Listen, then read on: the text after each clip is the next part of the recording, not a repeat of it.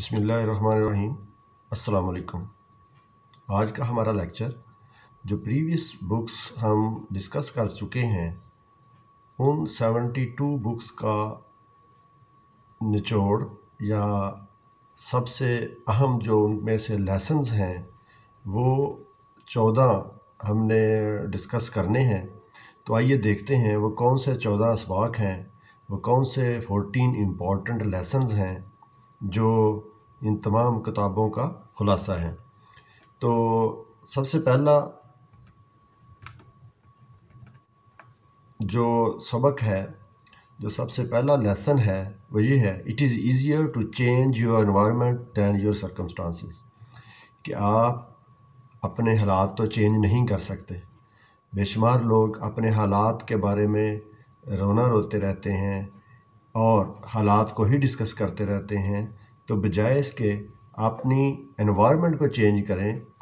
तो बेहतर ये है अपनी एनवायरनमेंट को चेंज करने के बारे में प्लान बनाया जाए कि किस तरीके से मैं अपना वर्किंग स्टाइल या किस तरीके से मैं अपना प्रोफेशन, किस तरीके से मैं अपनी जॉब या अपना बिज़नेस किस तरीके से ग्रो कर सकता हूँ। तो बजाय हालात को डिस्कस करने के उसके लिए एनवायरनमेंट को चेंज किया जाए ताकि बेहतर तरीके से प्लान बनाए जा सकें। अब प्लान जो है वो डेली बनाए, मंथली, वीकली, एनुअली, इस लिहाज से अपनी प्लानिंग की जाए ताकि अपने आप को ग्रो किया जा सके। तो ये पहला अहम लेसन जो इन बुक्स में से निकला वो यही है कि आप अपनी एनवायरनमेंट को इजीली चेंज कर सकते हैं बजाय इसके कि आप अपने हालात को बदलने के सोचते रहें। जो दूसरा lesson, the more you network the easier it gets. जितना हल्का अहबाब आपका ज़्यादा होगा, जितना नेटवर्क आपका ज़्यादा होगा, उतना आपके लिए आसानियाँ पैदा होंगी। आप अपने आप को जितना सोशलाइज़ करेंगे, सोसाइटी के अंदर रहते हुए जितना आपका लोगों के साथ टर्म्स होंगे, जितना आपका नेटवर्क वसी होगा, उतनी ही आपको मौक़े ज़्यादा मिलेंगे, उतनी आपको अपॉर्चुनिटीज़ ज़्यादा मिलेंगी, उतनी ही आपके काम के अंदर आसानियाँ पैदा होंगी। तो आप अपने नेटवर्क को बड़ा करने की कोशिश करें बजाय इसके कि एक लिमिटेड फील्ड में बिल्कुल अपने आप को अकेला करने की बजाय अपने नेटवर्क को वसी करना चाहिए, अपने हल्का अहबाब को बढ़ाना चाहिए ताकि आप जितने ज़्यादा मिलनसार होंगे, जितना ज़्यादा आप सोशल होंगे, उतनी ही आपको ज़्यादा मौक़े मिलेंगे आगे बढ़ने के लिए। Number 3, joining a group of like minded people can be one of the most motivating things. अगर आप अपने दिमाग जैसे लोग मिल बैठेंगे तो आपको ज़्यादा मोटिवेशन मिलेगी। अगर आप उन लोगों के साथ बैठेंगे जिनकी आपके साथ आपका माइंड नहीं मिलता तो अल्टीमेटली आप डीमोटिवेट होंगे। आप उनके साथ रहकर, अगर वो नेगेटिव थिंकिंग वाले लोग हैं तो आप पॉजिटिव सोचने वाले हैं तो कभी भी आप फ़ायदा नहीं मिल सकता। तो इसके लिए आपको मोटिवेट होने के लिए ज़रूरी है कि आप अपना वर्किंग ग्रुप उन लोगों के साथ उठें बैठें जो आपके, जिनका माइंड भी आपकी तरह सोचता है। अगर आप ग्रो करना चाह रहे हैं तो वो उन लोगों के साथ बैठें जो ग्रो कर रहे हैं ताकि उनके आइडियाज़ जो हैं वो आप अडॉप्ट कर सकें, उनके साथ आइडियाज़ को शेयर किया जा सके, उनकी जो सक्सेस स्टोरीज़ हैं वो सुनी जा सकें और उनको अडॉप्ट किया जा सके। तो ये तीसरा अहम जो सबक है, जो तीसरा अहम लेसन है वो यही है कि आप अपने माइंड जैसे लोगों के साथ उठे बैठे मिलें घुलें। Number 4, find happiness first then success will come. आप हैप्पीनेस की तलाश करें। हैप्पीनेस कैसे मिल सकती है? अगर आप किसी को खुश होता हुआ देखते हैं तो आपको भी खुशी मिलती है। अगर आप किसी के लिए खुशियां पैदा करते हैं तो आप हैप्पीनेस हासिल कर सकते हैं। अगर आप दूसरों के लिए रोने अटकाने वाले हैं तो आपको कभी खुशी नहीं मिल सकती। तो अगर आपको खुशी भी नहीं मिल सकती तो आप कभी भी सक्सेस हासिल नहीं कर सकते। तो इसलिए सबसे अहम चीज़ ये है नंबर 4 पर कि आप हैप्पीनेस की तलाश करें, आप अपनी खुशी तलाश करें। जब आप खुश होंगे तो अल्टीमेटली आप सक्सेस की तरफ जाएंगे, आप कामयाब होंगे। नंबर 5 पे है, most things take longer than you think. बेशुमार काम ऐसे होते हैं जो आप सोचते हैं उससे उसके पे ज़्यादा टाइम लग जाता है। आप मिसाल के तौर पर आप सोचते हैं कि मैं आप कल से कारोबार शुरू करने जा रहा हूं और मैं अगले 2 महीनों के अंदर ही अमीर हो जाऊंगा और बहुत ज़्यादा सरमाया कमा लूँगा, इकट्ठा कर लूँगा। ऐसा नहीं है। तो most things take longer than you think. जो आप सोचते हैं उससे कई गुना ज़्यादा टाइम लग सकता है। इसलिए असल चीज़ मेहनत दरकार है, परसिस्टेंट। आप अगर आप कंसिस्टेंट रहते हैं और आप रेगुलर एक काम को करते जा रहे हैं तो अल्टीमेटली वो काम आप पाया तकमील तक पहुंच जाता है। लेकिन होता क्या है, उस पर टाइम रिक्वायर्ड होता है। तो most things take longer than you think. आपके ख्याल में एक काम मिनटों में हो जाना चाहिए, लेकिन ऐसा होता नहीं है। उसके लिए एक प्रॉपर वक्त दरकार होता है। वो वक्त पूरा होने के बाद ही वो रिज़ल्ट सामने आना होता है। नंबर 6 पे है most things don't take long as you think once you start. कुछ काम ऐसे होते हैं जो आप समझते हैं बड़ा ही मुश्किल है, बड़ा टाइम लग जाएगा, लेकिन जो ही आप उसको स्टार्ट लेते हैं, असल काम होता है इनिशिएटिव लेना, स्टार्ट लेना। अगर आप स्टार्ट ही नहीं ले रहे तो इसका मतलब ये हुआ कि आप वो काम कभी भी नहीं कर पाएंगे। तो most things do not take as long.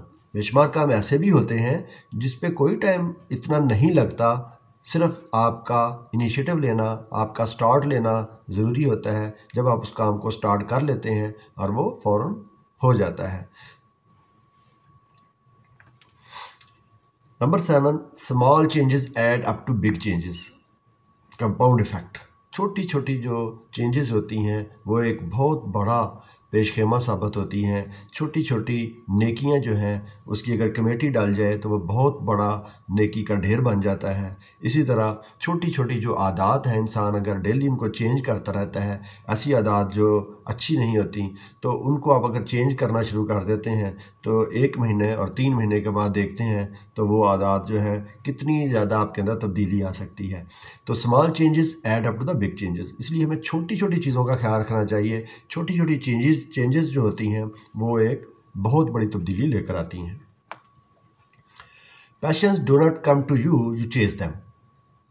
8वां जो अहम लेसन मिलता है इन बुक्स में से वो ये है कि पैशन जो होता है, जो इंसान का एक पैशन है किसी भी जॉब के हवाले से, वो उसके पास खुद चलकर नहीं आता, इसको आपको ढूंढना पड़ता है।